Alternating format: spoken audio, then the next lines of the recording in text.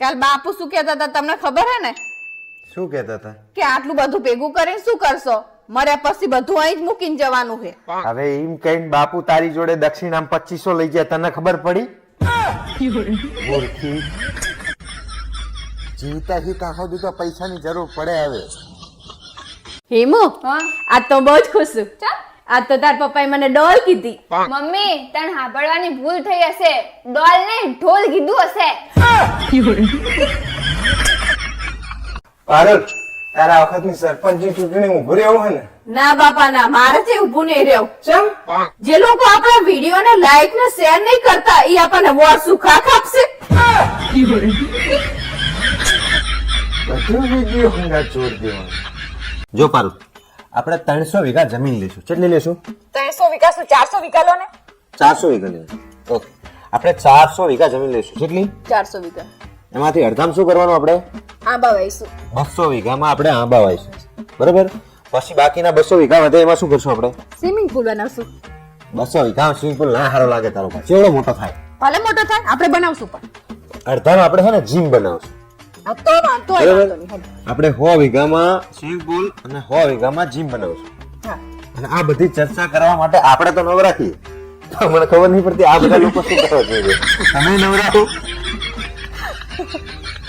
હાવણી ઊભી રાખો કે આડી, શનિવારે માથામાં તેલ નાખો કે ના નાખો, ચંપલ હવરું પડ્યું હોય કે અવરું, પણ જો તમારા ઘરમાં બાયડી હોય તો બાજવાનું થશે થશે ને થશે. તું કઈ શાંત નહીં, તું કરે જ છે. વાંધો રેવાય. હેલા, હા બોલ. આ ઘરેલું આતંકવાદ કોને કહેવાય? ઘરેલું આતંકવાદ જાણે તું રોજ 3 કલાક યુટ્યુબ ઉપર રસોઈ શો જોવે અને સાંજે ખાવામાં ખીચડી બનાવે ને, એને ઘરેલું આતંકવાદ કહેવાય.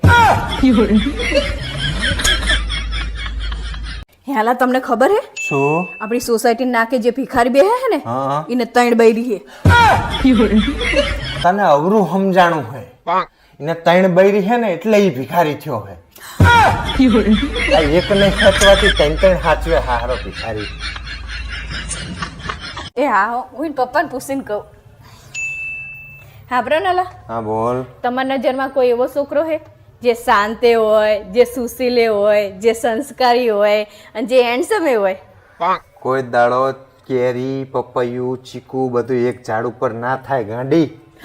પણ મારી બેનમાં તો કેવો છોકરો જોવે છે. તો તારી બેન વાંઢી જ રહે. હું આજે હું ખાવાનું નહીં બનાવું. ચા મને માથું દુખે ને એટલે. પણ એમાં હાથના ને માથાના શું લેવા દેવા? ખાવાનું તો હાથથી બનાવવાનું હોય. આમ જો નલા, આમાં ચી મસ્ત સ્કીમ હે. એક ખરીદો ને એટલે એક ફ્રી હે. પણ પેલા એક ના ખરીદવાના તો પૈસા હોવા જોઈએ કે નહીં? તારો બાપ ઉધાર વાળાના વ્યાજના પૈસા ગણી ગયો. શું થયું તમને? અરે યાર, રસ્તામાં આવતો હતો ને તો ડૂબું ભટકાણું. હા તો ધ્યાન રાખતા હોય તો પણ. અરે યાર, ગમે તેટલું ધ્યાન રાખીએ ને તો આ ડૂબા ભટકાઈ જાય. આ બીજી વખતનું ભટકાણું. પેલી વખત નું ચાણ ભટકાણું તું. 19 વર્ષ પહેલા.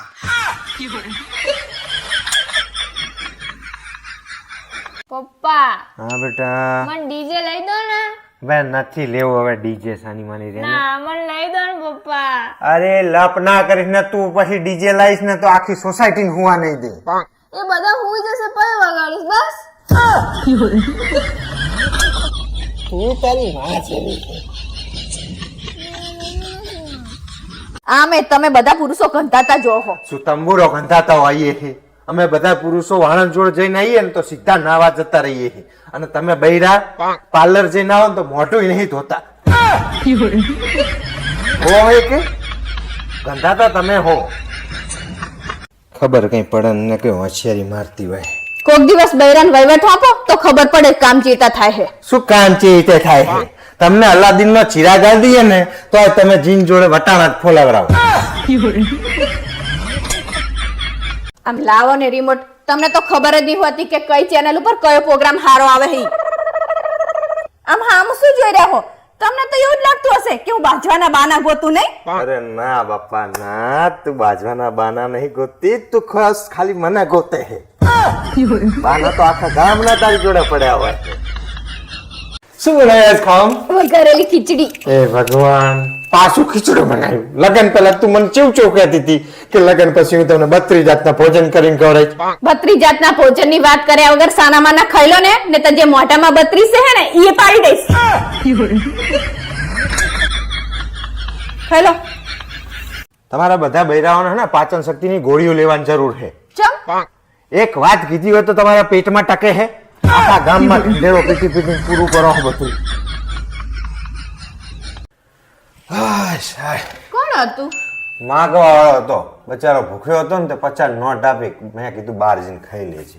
તે એમાં શું, આપણે ઘરમાં ખાવાનું પડી જ તું આપી દેવું તું ને બજારા. બચારો ઈ તો સારું ખાવાનું ભારે. તો હારું જ ના બનાવતી હોય એવું હવે છે. મોઢા નહીં જાય એવું હતું. હવે એવું કઈ નહીં, આ દુનિયા સ્ત્રી અને પુરુષ માટે હરખી જ છે. શું તંબુરામ હરખી હે? તમે જો સોડિયું જીજાજીના જૂતા હંતાડ દો ને તો તમને પૈસા આલે. અમે ભાભીના ઘરેણા હંતાડ દે ને તો અમને તો મારવા લે હે. પારુલા આ શું લગાવવા માંડી હવાર હવારના પોરમાં? એલોવેરા જેલ હે, એનેથી હે ને ત્વચા મુલાયમ થાય. તો એવું કઈ નહીં આવતું માર્કેટમાં જેનાથી તારી જીભ મુલાયમ થાય? લાવવાનું રાખ, લગાવવાનું રાખ. આમ જો નલા, અમારા વાળ બહુ ઉતરે હે શું? ટેન્શન ના લીધે. તને શાનું વળી ટેન્શન હે? આ મારા વાળ ઉતરે એનું. અરે ના ના, તારો ધણી તારી જોડે બાતો હશે. મારો ધણી તો પાદવામાં જૂંચો નહીં આવતો ને.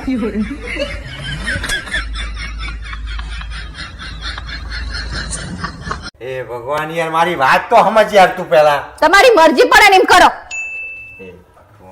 પપ્પા, હા બેટા. મમ્મીનો કહેવાનો મતલબ એવો નહીં કે તમારી મરજી પડે ને એમ કરો, પણ એનો કહેવાનો મતલબ એવો છે કે તમારે આમ તાકાત હોય ને તો તમારી મરજી પડે ને એવું કરીને બતાવો.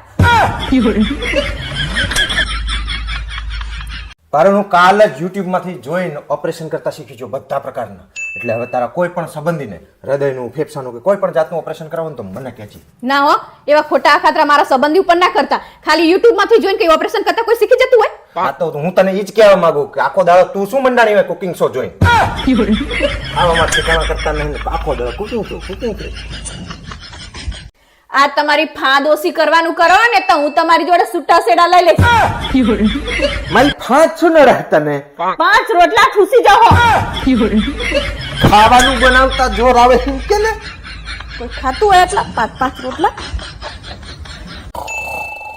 તમે તો કાયમ આવો એવા હુઈ જ જાઓ. મારી જોડે કોઈ દી વાત જ નહીં કરતા.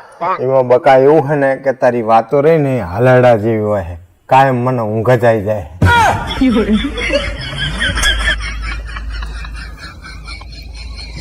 એ ભગવાન, મેં તમારી જોડે હેન્ડસમ પતિ માંગ્યો તો અને તમે મને વરગાડી દીધો હેન્ડપંપ જેવો. આવતા જન્મમાં આવી ભૂલ ના કરતા હો.